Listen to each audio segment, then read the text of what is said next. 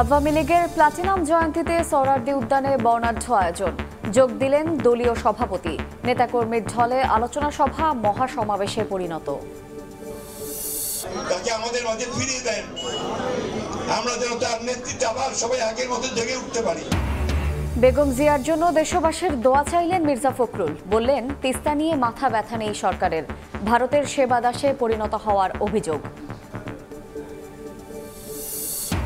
ছেলের ছাগলকাণ্ডের পর এনবিআর ও সোনালী ব্যাংক থেকে সরানো হলো মতিউর রহমানকে। অনিয়মের তদন্তে দুদক। দ্বিতীয় দফায়ও জবাব দিতে আসেননি বেনজির, চিঠিতে অবস্থান ব্যাখ্যা। পানি কমতে শুরু করায় বাড়ি ফিরছেন সিলেট অঞ্চলের বানভাসী মানুষ। বিধ্বস্ত ঘরে স্মৃতির খোঁজ। সুনামগঞ্জেও বেরিয়ে আসছে ক্ষতচিহ্ন, মাথা গোঁজার ঠাঁই নিয়ে অনিশ্চয়তা। এবং ইতালি দূতাবাসে মাসের পর মাস আটকা 20,000 বাংলাদেশের পাসপোর্ট। বন্ধ হতে পারে দেশটিতে শ্রমবাজার। 20% ওয়ার্ক পারমিটই নকল, বলছেন রাষ্ট্রদূত।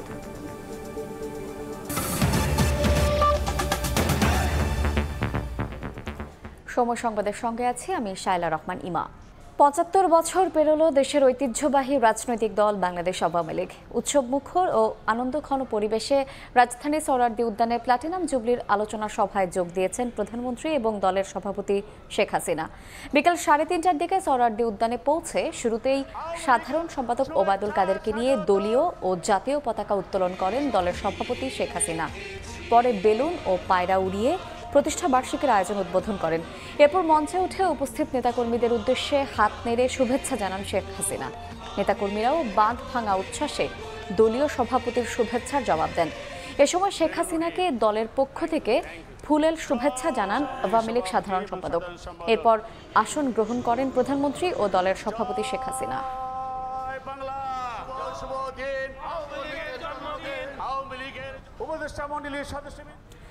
এই মুহূর্তে সোহরাওয়ার্দী উদ্যানে সমাবেশস্থলে আছেন ফারুক ভূঁইয়া রবিন, সরাসরি যাচ্ছে তার কাছে।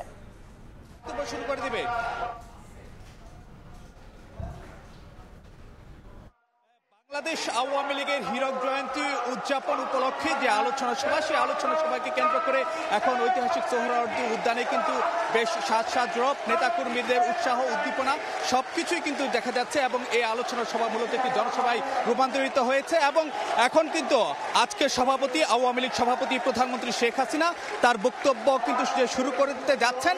আমরা আমাদের দর্শকদেরকে এখন যে সরাসরি আওয়ামী লীগ সভাপতি প্রধানমন্ত্রী শেখ হাসিনার বক্তব্যে সংযুক্ত করতে চাই।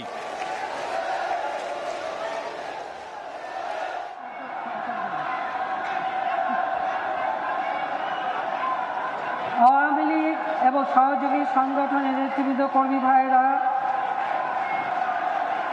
জাতীয় সংসদের বিরোধী দলের নেতা সহ সংসদ সদস্যগণ এবং অন্যান্য বিভিন্ন দলের নেতৃবৃন্দ, ভাই ও বোনেরা আমার,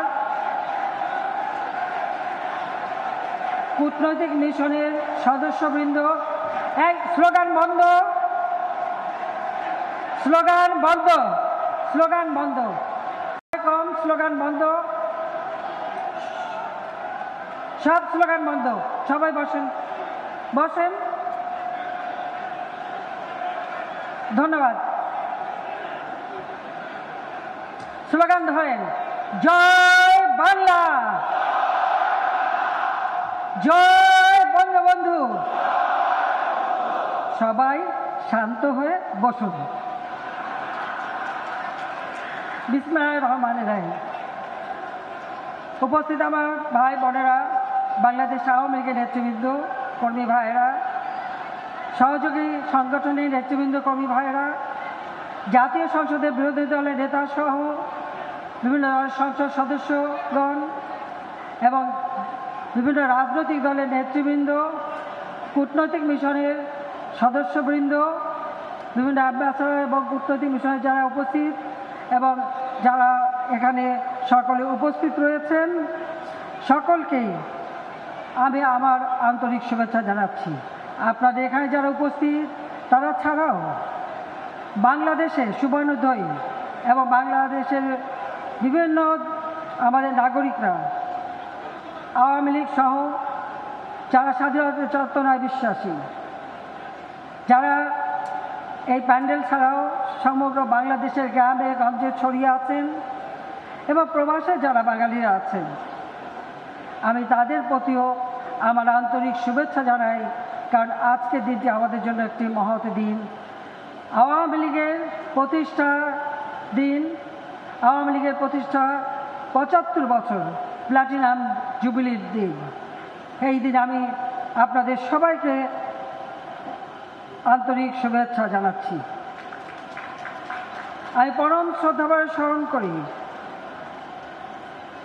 জাতির পিতা বঙ্গবন্ধু শেখ মুজিবুর রহমানকে, যার নেতৃত্বে আমরা স্বাধীনতা অর্জন করেছি। আমি শ্রদ্ধা জানাই আওয়ামী লীগের প্রতিষ্ঠাতা সভাপতি মাওলানা ভাসানীকে এবং প্রতিষ্ঠাতা সাধারণ সম্পাদক শামসুল হকের প্রতি। শ্রদ্ধা জানাই গণতন্ত্রের মানুষ পুত্র হোসেন শহীদ সোহরাওয়ার্দীর প্রতি। আমি শ্রদ্ধার সাথে স্মরণ করি বাংলাদেশ আওয়ামী লীগের এবং সহযোগী সংগঠনের নেতৃবৃন্দ বাংলাদেশের মানুষের সেই ভাষা আন্দোলন, অধিকার আন্দোলন, স্বাধিকার আদায়ের আন্দোলন, মহান মুক্তিযুদ্ধে যারা জীবন দিয়েছেন তাদের প্রতি। মহান আত্মত্যাগের মধ্য দিয়েই মহৎ অর্জন জাতির পিতা বঙ্গবন্ধু শেখ মুজিব বলেছিলেন।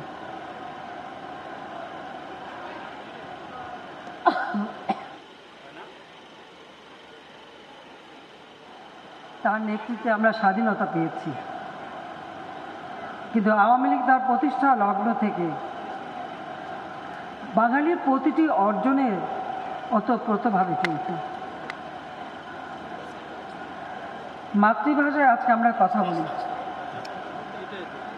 মাতৃভাষায় কথা বলার অধিকার ২১শে ফেব্রুয়ারিকে শহীদ দিবস হিসেবে ঘোষণা, শহীদ মিনার নির্মাণের প্রকল্প গ্রহণ, ২১শে ফেব্রুয়ারি আন্তর্জাতিক মাতৃভাষা দিবস হিসেবে স্বীকৃতি অর্জন, সবই কিন্তু আওয়ামী লীগের অবদান। আওয়ামী লীগই দেশে এবং জাতীয় আন্তর্জাতিকভাবে সংগ্রামের মধ্য দিয়ে, ত্যাগের মধ্য দিয়ে এই অর্জন নিয়ে এসেছে। জাতির পিতা প্রদত্ত ৬ দফা আন্দোলন, ৬ দফার ভিত্তিতে ৭০-এর নির্বাচন, সেই নির্বাচনে গোটা পাকিস্তানের জয়লাভ, ক্ষমতা হস্তান্তর না করার কারণে অসহযোগ আন্দোলনের ডাক, ৭১ সালে ৭ই মার্চে সেই ঐতিহাসিক ভাষণ, যে ভাষণে জাতির পিতা বলেছিলেন, এবারের সংগ্রাম আমাদের মুক্তির সংগ্রাম, এবারের সংগ্রাম আমাদের স্বাধীনতা সংগ্রাম। এই সোহরাওয়ার্দী উদ্যানেই সেই ঐতিহাসিক ভাষণ দিয়েছিলেন, যে ভাষণ মহান মুক্তিযুদ্ধে মানুষকে উদ্বুদ্ধ করেছিল। ২৬শে মার্চ ৭১, যখন ২৫শে মার্চ হানাদার বাহিনী গণহত্যা শুরু করে, ২৬শে মার্চ প্রথম প্রহরে জাতির পিতা বঙ্গবন্ধু শেখ মুজিব স্বাধীনতার ঘোষণা দেন। ১৬ই ডিসেম্বর আমরা স্বাধীনতা অর্জন করি। জাতির পিতা স্বাধীনতা ঘোষণা দেওয়ার পরে নির্বাচিত প্রাদেশিক এবং জাতীয় পরিষদের সদস্যরা তারা সরকার গঠন করে। ১০ই এপ্রিল ১৯৭১ সালে প্রথম স্বাধীন গণপ্রজাতন্ত্রী বাংলাদেশের প্রথম সরকার গঠিত হয়। ১৭ই এপ্রিল মুজিবনগরে সেই সরকার শপথ নেন। যেহেতু ২৬শে মার্চ জাতির পিতাকে স্বাধীনতার ঘোষণা দেওয়ার সাথে সাথে গ্রেপ্তার করে নিয়ে যাওয়া হয়, জাতির পিতার সাথীরা তার সেই দিন এই প্রবাসে সরকার গঠন করে এই বাংলার মাটিতে মেহেরপুরের আম্রকাননে প্রথম গণপ্রজাতন্ত্রী বাংলাদেশ সরকারের শপথ অনুষ্ঠিত হয়। জাতির পিতা বঙ্গবন্ধু শেখ মুজিব, রাষ্ট্রপতি সৈয়দ নজরুল ইসলাম উপরাষ্ট্রপতি, তাজউদ্দিন আহমেদ প্রধানমন্ত্রী সহ মন্ত্রী পরিষদ গঠিত হয়। বঙ্গবন্ধু শেখ মুজিবের অবর্তমানে সৈয়দ নজরুল ইসলামের নেতৃত্বে তিনি অস্থায়ী রাষ্ট্রপতি হিসেবে দায়িত্ব পালন করেন। ১৭৫৭ সালে ২৩শে জুন সেই পলাশী আম্রকাননে যে স্বাধীনতার সূর্য অস্তমিত হয়েছিল, ১৯৪৯ সালে ২৩শে জুন ঢাকার কেম দাস লেনে রোজ গার্ডেন নামে যে বাড়িটি, সেখানে বসে প্রথম আওয়ামী লীগ প্রতিষ্ঠা লাভ করে। আর এই আওয়ামী লীগের নেতৃত্বেই এই বাংলাদেশ স্বাধীনতা অর্জন করেছে সেই মেহেরপুরের আম্রকাননে। ওই যেখানে চক্রান্ত হয় সেই কুটিবাড়ি কিন্তু ওখান থেকে বেশি দূরে নয়। আওয়ামী লীগের প্রতিটি পদক্ষেপের ফলে আজ বাংলাদেশ এগিয়ে যাচ্ছে। আমি আজকের দিনে জাতির পিতার প্রতি শ্রদ্ধা জানাই আমাদের জাতীয় চার নেতার প্রতি। 1975 সালে 15 আগস্ট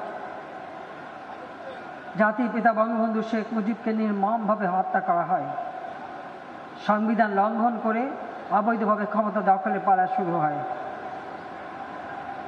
3রা নভেম্বর 71 সাল ঢাকা সব কেন্দ্রীয় কারাগারে সৈয়দ নজরুল ইসলাম, তাজউদ্দিন আহমেদ, মনসুর আলী এবং কামরুজ্জামানকে নির্মমভাবে হত্যা করা হয়। আমি তাদের প্রতি শ্রদ্ধা জানাই। মহান মুক্তিযুদ্ধে 30 লক্ষ শহীদ আত্মাহুতি দিয়েছে, আমি তাদের প্রতি শ্রদ্ধা জানাই। হানাদার পাকিস্তানি বাহিনীর হাতে নির্যাতিত আমার মা বোনেরা, যাদেরকে স্বাধীনতার পর উদ্ধার করা হয়েছিল, আমি সেই মা বোনদের প্রতি আমার শ্রদ্ধা জানাই। বাংলাদেশ আওয়ামী লীগ সবসময় মানুষের সুখে দুঃখে জনগণের পাশে। আজকে বাংলাদেশের মানুষের বাঙালির যতটুকু অর্জন, সে অর্জনটুকু আওয়ামী লীগের দ্বারাই। কিন্তু বারবার এই দলের উপর আঘাত এসেছে, বারবার এই দলকে খণ্ড বিখণ্ড করা হয়েছে, বারবার এই দলের নিশ্চিহ্ন করবার চেষ্টা করা হয়েছে। সেই আইয়ুব খানের 58 সালে যখন শুরু, তখন থেকে নিয়ে শুরু করে বারবার এইভাবে আঘাত এসেছে। কিন্তু আওয়ামী লীগ গণমানুষের সংগঠন, আওয়ামী লীগ জনগণের অধিকার আদায়ের সংগঠন, আওয়ামী লীগ জনগণের আর্থসামাজিক উন্নতি করার সংগঠন। কাজে বারবার আঘাত এসেও এই সংগঠনকে কোনো ক্ষতি করতে পারে নাই। ফিনিক্স পাখির মতো যেমন সেই পুড়িয়ে ফেলার পরেও ভস্ম থেকে জেগে ওঠে, এই আওয়ামী লীগ ঠিক সেইভাবেই জেগে উঠেছে। খুব বেশি দিনের কথা না, 2007 সালেও চেষ্টা করা হয়েছিল আওয়ামী লীগ নিশ্চিত করে দিয়ে নতুন কিংস পার্টি গড়ে তুলবে, সেটাও সফল করতে পারেনি। তার কারণ আওয়ামী লীগের মূল শক্তি হচ্ছে বাংলাদেশের জনগণ, সাধারণ জনগণ, তৃণমূলের মানুষ, আওয়ামী লীগের অগণিত নেতা কর্মী, মুজিব আদর্শের সৈনিক। এই সৈনিকরা কখনো পরাভব মানে না, মাথা নত করে না। হয়তো কখনো কখনো কোনো নেতারা ভুল করেছেন, কেউ মনে করেছেন আওয়ামী লীগে থাকতে তারাই বড় নেতা, দলের থেকে নিজেকে বড় মনে করে কেউ দল ছেড়ে গিয়ে অন্য দল করেছেন, কেউ দল ছেড়ে চলে গিয়েছেন, কিন্তু তারা ভুল করেছেন। কেন? আপনারা দেখেন আকাশে মিটিমিটি তারা জ্বলে, তারা আলোকিত হয় কার দ্বারা? সূর্যের আলোতে আলোকিত হয়। যে সকল নেতারা ভুল করেছিলেন, তারা ভুলে গিয়েছিলেন, তারা আলোকিত এই আওয়ামী লীগের নেতৃত্বে ছিলেন বলেই এখান থেকে চলে যাওয়ার পর ওই তারা আর জ্বলে নাই, তারা আস্তে আস্তে নিবু কেউ কিছু মিটেই গেছে। কেউ ভুল বুঝে হয়তো ফেরত এসেছে, আমরা নিয়েছি। আবার কেউ এখনও বিভিন্নভাবে আওয়ামী লীগ সরকার পতন, ধ্বংস, নানা জল্পনা কল্পনা করে যাচ্ছে। কিন্তু আওয়ামী লীগ প্রতিষ্ঠা লাভ করেছেই তো বাংলার মানুষের ভাগ্য পরিবর্তনের জন্য, যা আমরা প্রমাণ করেছি। 75-15 আগস্টের পর বারবার ক্ষমতা বদল হয়েছে, কিন্তু প্রত্যেক ক্ষমতা বদল হয়েছে হয় অস্ত্রের মাধ্যমে, ষড়যন্ত্রের মাধ্যমে। জনগণের গণতান্ত্রিক অধিকার ছিল না, জনগণের খাদ্য, বাসস্থান, আহার, বাসস্থান, চিকিৎসা, শিক্ষা কোনো ভাগ্যই পরিবর্তন করতে তারা পারেনি। নিজেদের বিলাসিতা, অর্থ সম্পদ বানানো, অর্থ পাচার, দুর্নীতি, সন্ত্রাস, জঙ্গিবাদ, খুন খারাপি, অস্ত্রের ঝঞ্ঝানি, শিক্ষা প্রতিষ্ঠানে অস্ত্রের ঝঞ্ঝানি, এটাই ছিল তাদের কাজ। ওই অস্ত্র দিয়ে, অর্থ দিয়ে, মেধাবীদের, ছাত্রদের বিপদে নিয়ে ওখানেই তারা ক্ষমতার ভিত্তি তৈরি করতে চেয়েছিল, কিন্তু ব্যর্থ হয়েছে তারা ভুলে গেছে জনগণের শক্তি অপরিসীম শক্তি। আর আওয়ামী লীগ জনগণের শক্তিতে বিশ্বাস করি। আর তাই 96 সালে সরকার এসে আমরা অনেক দূর এগিয়েছিলাম, কাজ করেছি। বাংলাদেশের মানুষ প্রথম উপলব্ধি করতে পেরেছিল একটি দলের কাজ হচ্ছে জনগণের সেবা করা।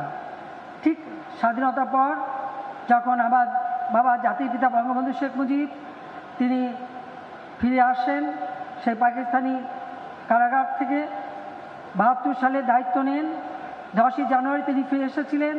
এই শরৎদি উদ্যানেই তিনি ভাষণ দিয়ে কিভাবে একটি স্বাধীন রাষ্ট্র গঠিত হবে, কিভাবে এই দেশ চলবে সেই দিক নির্দেশনাও দিয়েছিলেন এবং সেই মোতাবেক সময় পেয়েছিলেন মাত্র 3 বছর 7 মাস। যুদ্ধ বিধ্বস্ত দেশ, শোষিত বঞ্চিত দরিদ্র মানুষের হাহাকার, ওই অবস্থায় দেশকে গড়ে তুলে তিনি স্বল্পোন্নত দেশে উন্নীত করেছিলেন।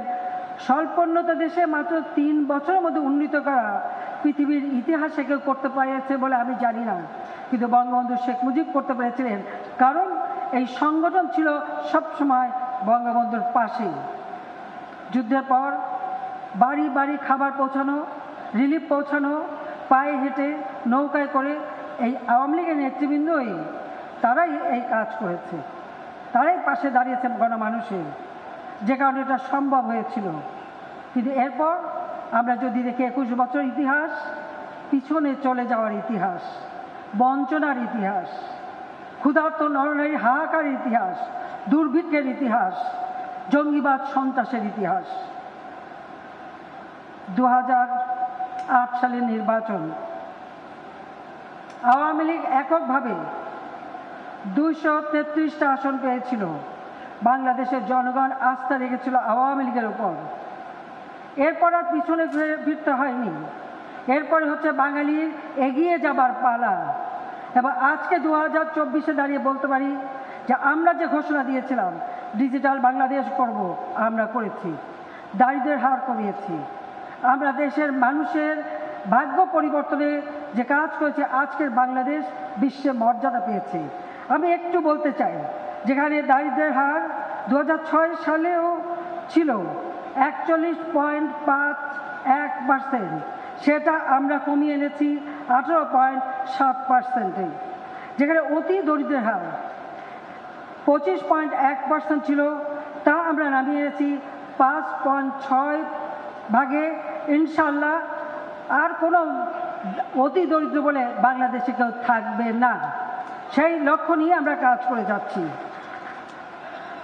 মানুষের আয়ুষ্কাল মাত্র 2006 সালে ছিল 59 বছর, আজকে তা 72.8, প্রায় 73 বছরে উন্নীত হয়েছে।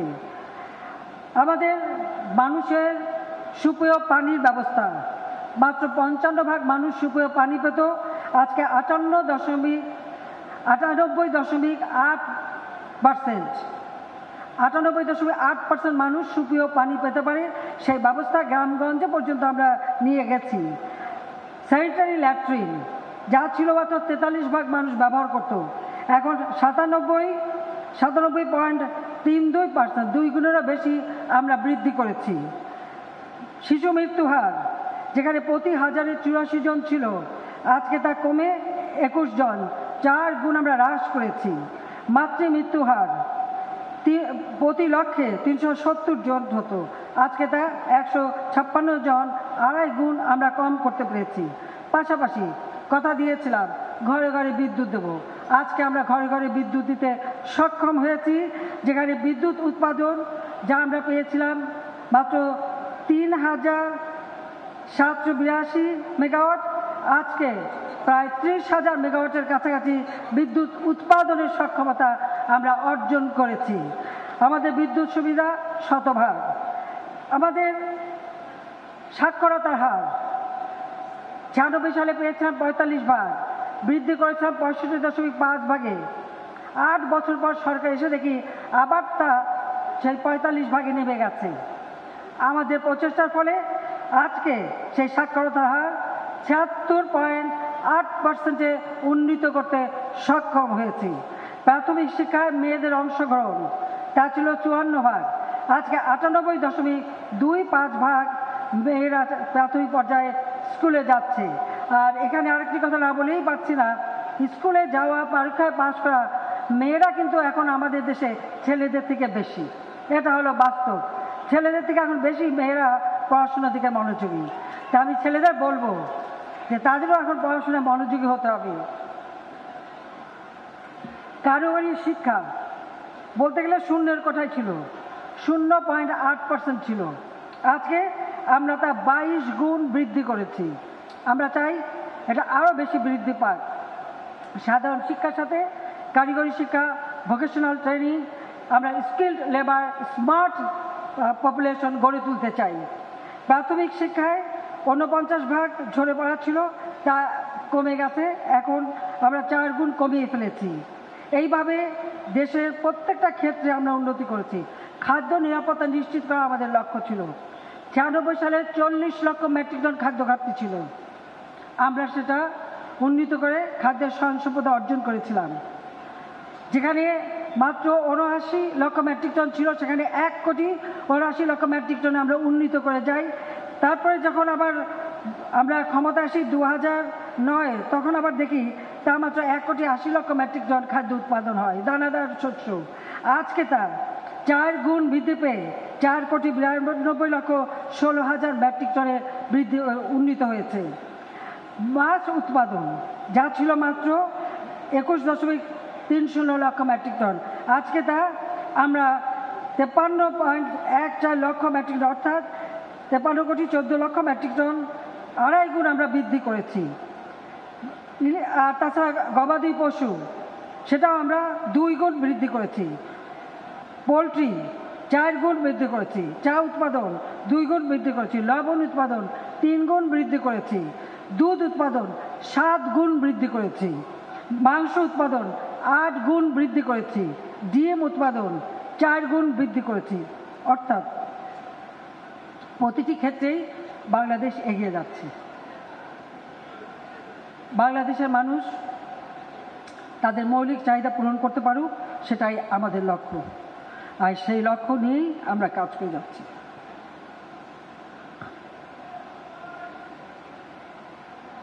75 15 আগস্ট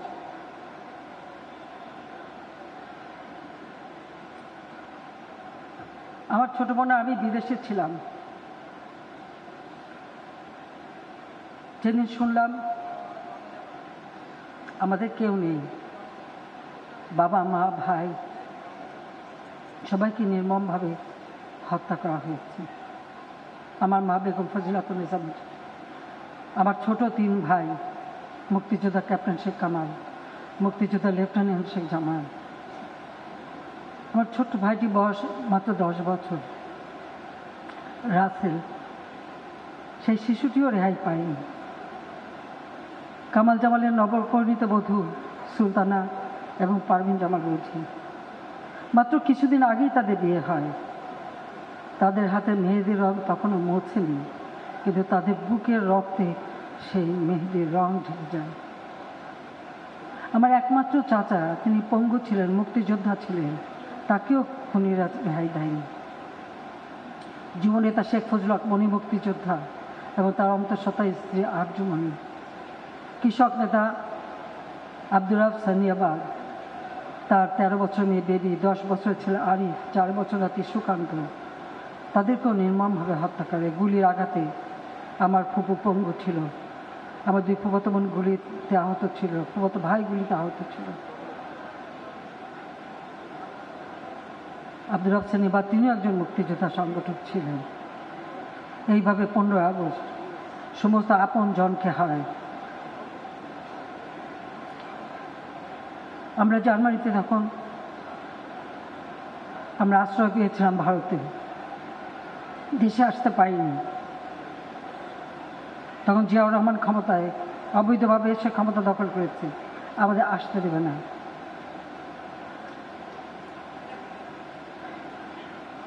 1981 সাল আওয়ামী লীগের সম্মেলন, কারণ 15 আগস্টের পরে সমস্ত রাজনৈতিক দল প্রায় নিষিদ্ধ ছিল। এরপর রাজনৈতিক দল গঠন হয়।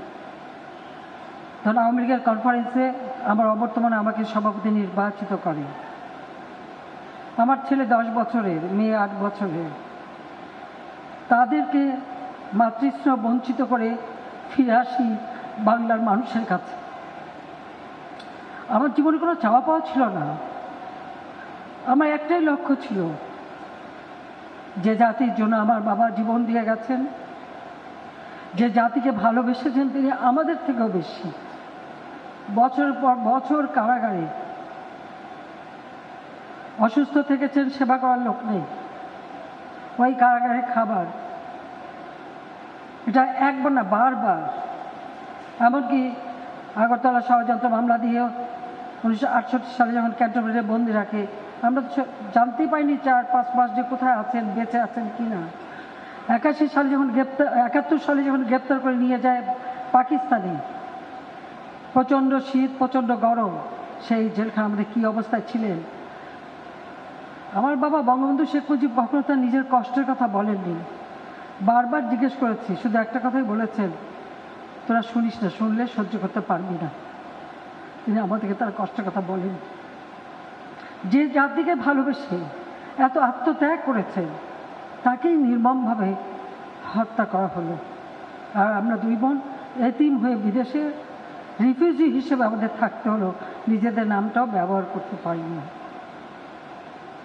আপনাদের মনে আছে, এখানে দাঁড়িয়ে তিনি বলেছিলেন যে মানুষ রক্ত দিয়ে স্বাধীনতা এনেছে, বঙ্গবন্ধু শেখ মুজিব বলেছেন রক্ত ঋণ শোধ করবেন নিজের রক্ত দিয়ে।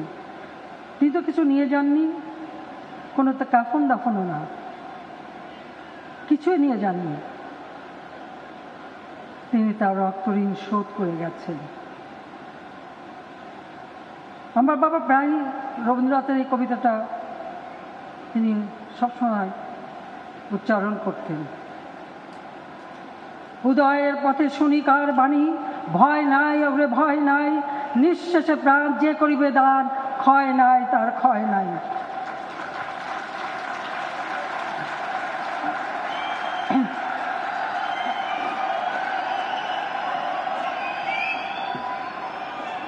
আমি এখন মাঝে মাঝে ভাবি,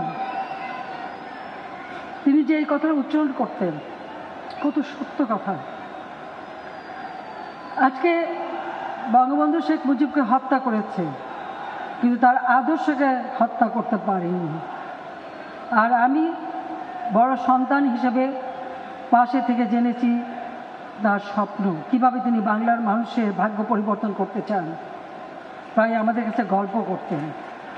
আর তাই সব স্নেহ মায়া মমতা ত্যাগ করে ফিরে এসেছিলাম এমন একটা দেশে যেখানে যুদ্ধ অপরাধীদের বিচার শুরু করেছিল আমার বাবা, সেই আইন বন্ধ করে দিয়ে সমস্ত অপরাধীদের মুক্ত করে রাজনীতি করার সুযোগ দেয় জিয়াউর রহমান।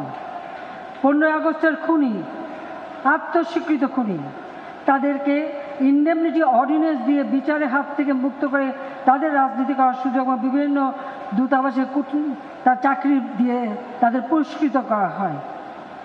আমি সেই একটি জায়গায় ফিরে আসি শুধু একটা চিন্তা থেকেই, যে এদেশের মানুষের ভাগ্য পরিবর্তন করতেই হবে, মানুষকে সুখী সমৃদ্ধ জীবন উপহার দিতে হবে। 2020 সালে জাতির পিতার জন্মশতবার্ষিকী উদযাপন করেছি, 21 সালে স্বাধীনতা সুবর্ণ জয়ন্তী। ঠিক সেই সময় আমরা পেলাম সুখবর, বাংলাদেশ স্বল্প উন্নত দেশ থেকে উন্নয়নশীল দেশে উন্নীত হবার সুযোগ পেয়েছে। 2026 সালে আমাদের যাত্রা শুরু হবে উন্নয়নশীল দেশ হিসাবে। আমরা নিয়েছি তার প্রস্তুতি। পাশাপাশি 2008 নির্বাচনী ইস্তাহারে যে ঘোষণা দিয়েছিলাম দিন বদলের সনদ, আজ প্রকৃতভাবেই আমরা দিন বদল করেছি। আজকে আমাদের লক্ষ্য 21 থেকে 41, 2041 সালের বাংলাদেশকে করব আমরা স্মার্ট বাংলাদেশ। এই স্মার্ট বাংলাদেশ গড়ে তুলব। আর 2100 সালের ডেল্টা প্ল্যানও আমরা তৈরি করেছি। বাংলাদেশ এগিয়ে যাচ্ছে, বাংলাদেশ এগিয়ে যাবে। আওয়ামী লীগ এদেশের মানুষের ভাগ্য পরিবর্তন করেছে, এদেশের মানুষকে ক্ষুধা দারিদ্র্যমুক্ত উন্নত সমৃদ্ধ সোনার বাংলা অবশ্যই দেবে। স্মার্ট বাংলাদেশ, স্মার্ট সোনার বাংলা ইনশাআল্লাহ আমরা গড়ে তুলব। আওয়ামী লীগের যারা জীবন দিয়ে গেছেন তাদের সকলের প্রতি আমার শ্রদ্ধা জানাই। সেই মহান আত্মত্যাগের মধ্য দিয়েই আজকে আমরা দেশকে এগিয়ে নিয়ে যাচ্ছি। আমার একটাই আবেদন থাকবে, আমাদের সংগঠনের প্রতিটি নেতাকর্মীর কাছে সংগঠনকে সুসংগঠিত করতে হবে। যে কোনো একজন রাজনীতিবিদের জীবনে সংগঠনটা হচ্ছে সবচেয়ে শক্তিশালী। যদি সংগঠন শক্তিশালী হয় আর দেশের গণমানুষের সমর্থন পাওয়া যায়, যতই ষড়যন্ত্র হোক, হ্যাঁ মৃত্যুর কাছে সে সবাই যে সময় হতে পারে, যখন হতে পারে, যে কোনো সময় মৃত্যু আসতে পারে। তার জন্য আমি কোনোদিনই ভীত না, কখনো ভয় পাইনি, পাবো না। কিন্তু যতক্ষণ শ্বাস ততক্ষণ আস, বাংলাদেশের মানুষের ভাগ্য পরিবর্তনে আমার বাবার যে চিন্তা চেতনা তা বাস্তবায়ন করে এদেশের মানুষকে একটা উন্নত জীবন দেব, এটাই আমাদের লক্ষ্য। আর সেই কারণেই প্রত্যেক নেতাকর্মীকে এই প্রতিষ্ঠা বার্ষিকীতে বলবো, আপনারা একবার চিন্তা করে দেখেন যে এই আওয়ামী লীগের নেতাকর্মীরা কত কষ্ট করেছে, বারবার আঘাত এসেছে, বারবার তার সেই আঘাত পেয়েছে, পরিবারগুলি কষ্ট করেছে, কিন্তু এই সংগঠন ধরে রেখেছে। কাজে যেমন সংগঠন করতে হবে, সেইভাবে জনগণের আস্থা বিশ্বাস, যেটা আমাদের মূল শক্তি, সেই আস্থা বিশ্বাসটা অর্জন করতে হবে। আর সেই আস্থা বিশ্বাস অর্জন করতে পেরেছি বলেই বারবার জনগণ আমাদের ভোট দিয়েছে। আর বারবার ক্ষমতায় সেই দীর্ঘ সময় বাংলাদেশের ইতিহাসে 2009 থেকে এই 24 পর্যন্ত গণতান্ত্রিক ধারা অব্যাহত আছে। আর গণতান্ত্রিক ধারা অব্যাহত আছে বলেই আজকে আর্থসামাজিকভাবে বাংলাদেশ এগিয়ে যাচ্ছে, বাংলাদেশের উন্নতি হচ্ছে। বাংলাদেশ আজকে বিশ্ব দরবারে উন্নয়নের রোল মডেল হিসেবে স্বীকৃতি পেয়েছে, বিশ্বে আজকে মাথা উঁচু করে চলার সুযোগ সৃষ্টি হয়েছে। কাজে এটাকে ধরে রেখেই আমাদের সামনের দিকে এগিয়ে যেতে হবে। সুকান্তের ভাষায় বলে যেতে চাই, যতক্ষণ দেহে আছে প্রাণ, প্রাণপণে সরাবো জঞ্জাল। যতক্ষণ দেহে আছে প্রাণ, প্রাণপণে দুহাতে সরাবো জঞ্জাল। এ বিশ্বকে এ শিশুর বাসযোগ্য করে যাব আমি, নবজাতকের কাছে এ আমার অঙ্গীকার। 2041, 2100 অনেক বয়স হয়েছে, ততদিন হয়তো বেঁচে থাকবো না। কিন্তু আজকে যারা নবীন, আজকের যে জনগণ, যারা আমার স্মার্ট বাংলাদেশের মূল সৈনিক হবে, আমরা স্মার্ট জনগোষ্ঠী গড়ে তুলব, স্মার্ট সরকার, স্মার্ট অর্থনীতি, স্মার্ট সোসাইটি গড়ে তুলে এই বাংলাদেশ বিশ্বে মাথা উঁচু করে এগিয়ে যাবে প্রতিষ্ঠা বার্ষিকী প্লাটিনাম জুবিলিতে। এইটাই আমাদের প্রতিজ্ঞা। সেই প্রতিজ্ঞা আপনারা আছেন? বলেন, হাত তুলে বলেন। সবাইকে আন্তরিক ধন্যবাদ। জয় বাংলা, জয় বঙ্গবন্ধু, বাংলাদেশ চিরজীবী হোক। খোদা হাফেজ। আমরা সরাসরি ছিলাম সোহরাওয়ার্দী উদ্যানে প্রধানমন্ত্রীর ভাষণে। আওয়ামী লীগের 75তম প্রতিষ্ঠা বার্ষিকী উপলক্ষে প্রধানমন্ত্রী ও দলের সভাপতির পক্ষ থেকে যুদ্ধাহত মুক্তিযোদ্ধা এবং তাদের পরিবারের মাঝে ফলমূল এবং মিষ্টি উপহার দেওয়া হয়েছে। বিকেলে রাজধানীর মোহাম্মদপুরে যুদ্ধাহত মুক্তিযোদ্ধা পুনর্বাসন কেন্দ্রে প্রধানমন্ত্রীর প্রোটোকল অফিসার 2 মোহাম্মদ আবু জাফর রাজু এবং প্রধানমন্ত্রীর সহকারী প্রেস সচিব ABM সরওয়ারি আলম সরকার প্রধানমন্ত্রীর পক্ষ থেকে যুদ্ধাহত মুক্তিযোদ্ধাদের হাতে উপহার সামগ্রী হস্তান্তর করেন। এ সময় স্বাধীন রাষ্ট্র বাংলাদেশ প্রতিষ্ঠায় জাতির পিতা বঙ্গবন্ধু শেখ মুজিবুর রহমানের আত্মত্যাগ এবং দূরদর্শী নেতৃত্ব শ্রদ্ধার সঙ্গে স্মরণ করেন মুক্তিযোদ্ধারা। শহীদ সহযোদ্ধাদের স্মৃতিচারণ করেন এবং তাদের বিদেহী আত্মার মাগফিরাত কামনা করেন তারা। হাসপাতালে চিকিৎসাধীন বেগম খালেদা জিয়ার শারীরিক অবস্থার কথা জানাতে গিয়ে আবেগাপ্লুত হয়ে পড়লেন মির্জা ফখরুল ইসলাম আলমগীর। তিনি বললেন, প্রতিহিংসার বশবর্তী হয়ে সরকার উন্নত চিকিৎসার জন্য বিদেশে যেতে দিচ্ছে না বিএনপি নেত্রীকে। প্রধানমন্ত্রীর ভারত সফরের সমালোচনা করে বিএনপি মহাসচিব বলেন, দিল্লির সেবা দাসে পরিণত হওয়ার কারণেই তিস্তা চুক্তি হয়নি। আল্লাহ তাআলা জান বসে দেন, তাকে আমাদের মাঝে ফিরিয়ে দেন। আমরা যেন তার নেতৃত্বে আবার সবাই আগের মতো জেগে উঠতে পারি। হাসপাতালে চিকিৎসাধীন দলের চেয়ারপারসন বেগম খালেদা জিয়ার শারীরিক অবস্থার কথা জানাতে গিয়ে কান্নায় ভেঙে পড়েন বিএনপি মহাসচিব মির্জা ফখরুল ইসলাম আলমগীর। বেগম জিয়ার রোগ মুক্তি চেয়ে নয়াপল্টনে দলের কেন্দ্রীয় কার্যালয়ে রোববার দোয়া ও মিলাদ মাহফিলে অংশ নিয়ে মির্জা ফখরুল অভিযোগ করেন, প্রতিহিংসার বশবর্তী হয়ে সরকার বিদেশে উন্নত চিকিৎসা না দিয়ে বেগম খালেদা জিয়াকে মৃত্যুর দিকে ঠেলে দিচ্ছে। মাল্টিভেরিয়াস যে ডিজিজেস আছে, অসুখগুলো আছে, এই অসুখগুলো চিকিৎসা করতে হলে একটা মাল্টিডিসিপ্লিনারি হসপিটাল উন্নত দেশে উন্নত মানের প্রয়োজন। বারবার এই কথা বলার পরেও বিভিন্নভাবে আমরা বলেছি, দল থেকে, পরিবারের পক্ষ থেকে বলা হয়েছে, সুশীল সমাজ বলেছে, এমনকি বিদেশি যারা মিশনগুলো এখানে আছে তারাও বারবার বলেছে, এমনকি আপনার বাইরে থেকেও কয়েকটি সংস্থা ইউএন সবাই তার চিকিৎসার কথা কিন্তু বলেছে।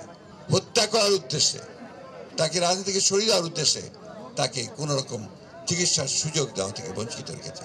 প্রধানমন্ত্রীর ভারত সফরের সমালোচনা করে বিএনপি মহাসচিব বলেন, আওয়ামী লীগ নয়াদিল্লির সেবা দাসে পরিণত হওয়ার কারণে তিস্তা চুক্তি হয়নি। সফরে বাংলাদেশ নয় ভারতই লাভবান হয়েছে বলেও দাবি তার। আমরা সবার আগে তিস্তার পানি ন্যায্য বন্টন চাই এবং ভিন্ন সমস্ত অভিন্ন যে নদীগুলো আছে প্রত্যেকটি নদীর আমরা আমাদের হিস্সাটা চাই, এটা আমাদের অধিকার। আজকে ভারতের কাছে তারা সেবা দাসে পরিণত হয়ে গেছে, পুরোপুরি মাথা নিচু করে নতজানু পররাষ্ট্রনীতি চলছে। সরকারের নতজানু পররাষ্ট্রনীতি দেশকে দুর্বল করছে বলেও অভিযোগ করেন মির্জা ফখরুল। মার্জিয়া মুমু, সময় সংবাদ, ঢাকা। শুধু সমালোচনার ঝড়ই নয়, আলোচিত কোরবানির ছাগল এবার থাবা বসিয়েছে রাজস্ব বোর্ড কর্মকর্তা মতিউর রহমানের পদে। এনবিআর এর পদ থেকে সরিয়ে এবার তাকে সংযুক্ত করা হলো অর্থ মন্ত্রণালয়ের অভ্যন্তরীণ সম্পদ বিভাগে। একই সঙ্গে সোনালী ব্যাংকের পরিচালক পদ থেকেও অব্যাহতি দেওয়া হয়েছে। এদিকে আলোচিত এই কর্মকর্তার সম্পদ অনুসন্ধানে 3 সদস্যের কমিটি গঠন করেছে দুদক।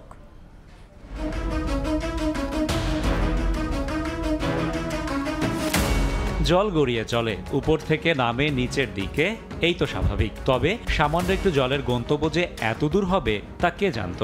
দেশ জুড়ে আলোচিত ছাগলকাণ্ড যেন তারই উজ্জ্বল এক দৃষ্টান্ত। সম্পূর্ণ সাদামাটা স্বাভাবিক একটি বিষয়, কোরবানির জন্য ছাগল কেনা। তবে কাল হলো ছাগলের দাম আর ছাগল কেনার ভিডিও প্রকাশ। বিষয়টি এখন আর কারোই অজানা নয়, দেশ জুড়ে সব থেকে আলোচিত আর সমালোচিত ঘটনা। ছাগলকাণ্ড নামক গল্পের কোনো দৃশ্যে না থেকেও ট্র্যাজেডির শিকার হতে হয় জাতীয় রাজস্ব বোর্ডের কাস্টমস, এক্সাইজ ও ভ্যাট অ্যাপিলেট ট্রাইব্যুনালের প্রেসিডেন্ট মতিউর রহমানকে। ইফাত নামের এক তরুণ কোরবানির জন্য ছাগল কেনেন 15 লাখ টাকায়। বিষয়টি সামাজিক যোগাযোগ মাধ্যমে ছড়িয়ে পড়লে সবাই খুঁজতে থাকেন এত টাকার উৎস কি। তখনই সামনে আসে জাতীয় রাজস্ব বোর্ডের কর্মকর্তা মতিউর রহমানের নাম, যদিও এক পর্যায়ে নিজের ছেলেকেও অস্বীকার করেন মতিউর। আলোচিত সেই ঘটনার পর সরকারের উচ্চমহল অনেকটা নিশ্চুপ থাকলেও এবার আর শেষ রক্ষা হলো না মতিউরের। এনবিআর এর পদ থেকে সরিয়ে এবার তাকে সংযুক্ত করা হলো অর্থ মন্ত্রণালয়ের অভ্যন্তরীণ সম্পদ বিভাগে। সরকারের অভ্যন্তরীণ সম্পদ বিভাগ আইআরপি থেকে এই আদেশ দেয়া হয়। মতিউর রহমানের ছেলে রাজধানীর মোহাম্মদপুরের সাদিক অ্যাগ্রো থেকে 15 লাখ টাকায় একটি ছাগল ছাড়াও ঢাকার বিভিন্ন খামার থেকে 70 লাখ টাকায় গরু কিনেন বলে উঠে আসে সামাজিক যোগাযোগ মাধ্যমে। এরপর থেকে মতিউর রহমানের ছেলের দামি ব্র্যান্ডের ঘড়ি, গাড়ি, আলিশান জীবনযাপন, মতিউর রহমান ও পরিবারের সদস্যদের নামে রিসোর্ট, শুটিং স্পট, বাংলো বাড়ি, জমিসহ নামে বেনামে সম্পত্তি নিয়ে আলোচনা শুরু হয়। মতিউর রহমান সোনালী ব্যাংকের পরিচালক পদেও আছেন। 2022 সালের 1 ফেব্রুয়ারি 3 বছরের জন্য তাকে সোনালী ব্যাংকের পরিচালক নিয়োগ দেওয়ার সুপারিশ করে আর্থিক প্রতিষ্ঠান বিভাগ। তবে ছাগলকাণ্ডের পর এসব পদও খোয়াতে বসেছেন মতিউর। তার অবৈধ সম্পদের অভিযোগ তদন্তে 3 সদস্যের কমিটি গঠন করেছে দুর্নীতি দমন কমিশন। একজন উপপরিচালককে আহ্বায়ক করে 3 সদস্য বিশিষ্ট একটি টিম গঠন করা হয়েছে। এই টিম ইতিমধ্যে কার্যক্রম শুরু করেছে। বাংলাদেশ ব্যাংকের গভর্নরের সাথে কথা বলেছি, তিনিও জানিয়েছেন তাকে সোনালী ব্যাংকের পরিচালকের পদ থেকে সরানোর জন্য ইতিমধ্যেই উদ্যোগ নেওয়া হয়েছে। 1994 সালে সরকারি চাকরিতে যোগ দেওয়া মতিউর রহমান পড়ালেখা করেছেন ঢাকা বিশ্ববিদ্যালয়ের ফিনান্স বিভাগে। এর আগেও তার বিরুদ্ধে দুর্নীতির অভিযোগ ওঠে। রাশেদ বাপ্পি, সময় সংবাদ, ঢাকা। ঢাকা মহানগর পুলিশের সাবেক কমিশনার আসাদুজ্জামান মিয়ার বিরুদ্ধে ওঠা অভিযোগের বিষয়ে জানতে চাইলে দুদক সচিব জানান, কমিটির সভায় এ বিষয়ে সিদ্ধান্ত নেবে কমিশন। আসাদুজ্জামান মিয়ার বিষয়টি যেটা আপনারা বলছেন, এটি এখনো আমাদের কমিশন সভায় উপস্থাপিত হয়নি। কমিশন সভা যখন উপস্থাপিত হবে, যদি হয় তখন আলোচনার পরিপ্রেক্ষিতে যেরকম সিদ্ধান্ত হবে সেটি করা হবে। দুদকের আবেদনে এখন পর্যন্ত 3 দফায় বেনজির ও তার পরিবারের সদস্যদের স্থাবর অস্থাবর সম্পদ ক্রোক ও ফ্রিজের আদেশ দিয়েছেন আদালত। আতাউর কাউসার, সময় সংবাদ, ঢাকা। মিয়ানমারের সঙ্গে বাংলাদেশের রোহিঙ্গা ছাড়া অন্য কোনো সমস্যা নেই জানিয়ে কোনো উস্কানিতে পা দেওয়া হবে না বলে জানিয়েছেন নবনিযুক্ত সেনাবাহিনী প্রধান জেনারেল ওয়াকারুজ্জামান। দায়িত্বভার গ্রহণ করে সেনাপ্রধান জানান, বাহিনীকে আরও সামনে এগিয়ে নিয়ে যেতে চান। দেশ ও জনগণের যে কোনো প্রয়োজনে সর্বদা প্রস্তুত থাকার প্রতিশ্রুতি দেন তিনি। এর আগে সেনা সদরে বিদায়ী সেনাপ্রধান জেনারেল এসএম শফিউদ্দিন আহমেদ নতুন সেনাপ্রধানের কাছে দায়িত্ব হস্তান্তর করেন।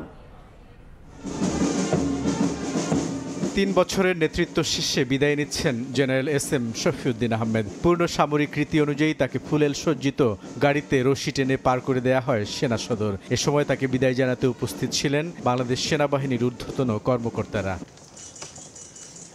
বিদায় জানানোর আগে আগামী 3 বছরের জন্য দায়িত্ব হস্তান্তর করেন লেফটেন্যান্ট জেনারেল ওয়াকারুজ্জামানকে। রোববার সেনা সদরে অনুষ্ঠিত হয় দায়িত্ব হস্তান্তর ও গ্রহণের আনুষ্ঠানিকতা। পরে গণভবনে প্রধানমন্ত্রী শেখ হাসিনার উপস্থিতিতে নতুন সেনাপ্রধান জেনারেল ওয়াকারুজ্জামানকে র্যাঙ্ক ব্যাচ পরিয়ে দেন নৌ ও বিমান বাহিনীর প্রধান। রব্বুল আলামিনের কাছে কৃতজ্ঞতা জানাচ্ছি। সেনা সদরে ফিরে সাংবাদিকদের সঙ্গে কথা বলেন নতুন সেনাপ্রধান। জানান, একটি সুশৃঙ্খল বাহিনী হিসেবে সামনের দিনে সেনাবাহিনী কাজ করে যাবে। সেনাবাহিনী ইনেট টু সিভিল পাওয়ারে তার দায়িত্ব পালন করে। যদি সরকার আমাদের সেই দায়িত্ব দেয়, ওই দায়িত্ব আমরা নিষ্ঠার সাথে পালন করব।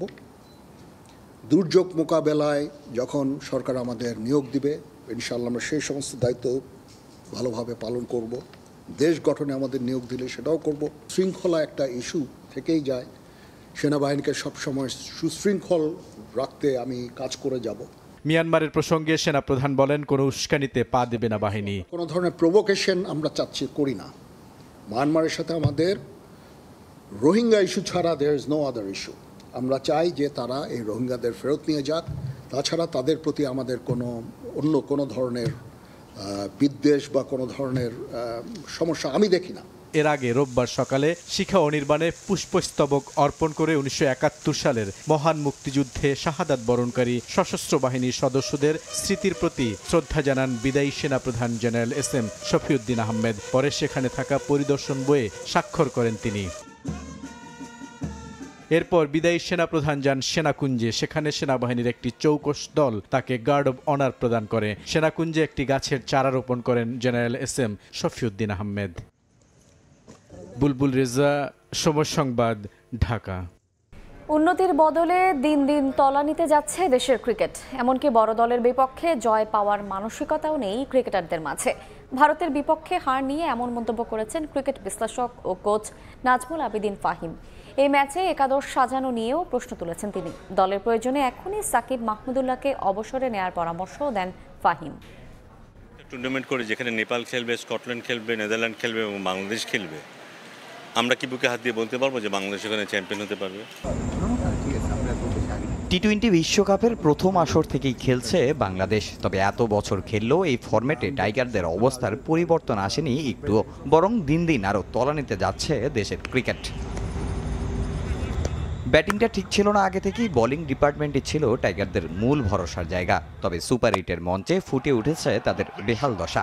এক তানজিম সাকিব ছাড়া মুস্তাফিজ কিংবা সাকিব আল হাসান, রোহিত কোহলিদের সামনে জায়গাটাই খুঁজে পায়নি দেশের এই বোলাররা। আমরা একজন সিমার কম খেলিয়েছি, সেটার একটা ঝামেলা আমাদের হয়ে গেছে। পুরো ম্যাচে বোলিংটা সাজানোর ক্ষেত্রেও ক্যাপ্টেন সাফার করেছে। সবার ধারণা ছিল এবারের বিশ্বকাপই হতে যাচ্ছে সাকিবের শেষ বিশ্বকাপ। তবে এখনো নিজে কোনো সিদ্ধান্তে আসতে পারেনি সাকিব। লাস্ট কিনা যায় না, পৃথিবীতে যে কোনো সময় যে কোনো কিছু হওয়া সম্ভব। যদিও দলের স্বার্থে সাকিবকে এখনই থামার পরামর্শ তার প্রিয় কোচ নাজমুল আবেদিন ফাহিমের। বিশ্বকাপে ওর বোলিংয়ের মানটা খুবই খারাপ দেখেছি এবং সেটার জন্য দল ভুগেছেও।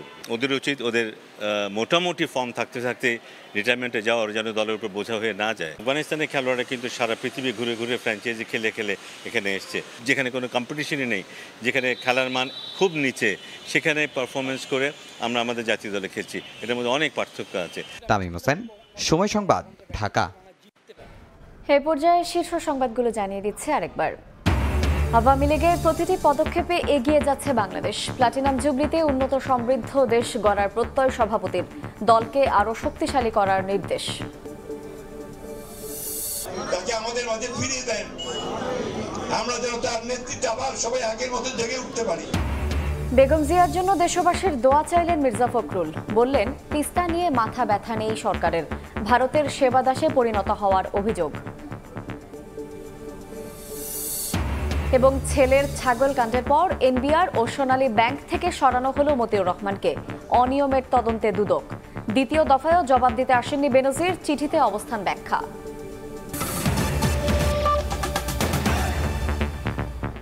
এই ছিল সময় সংবাদে। এরপর বাংলা সময়ের সঙ্গে থাকবেন সহকর্মী জাফর সাদিক। ধন্যবাদ ইমা। বাংলা সময় নিয়ে ফিরছি কিছুক্ষণ পর, সঙ্গে থাকুন সময়।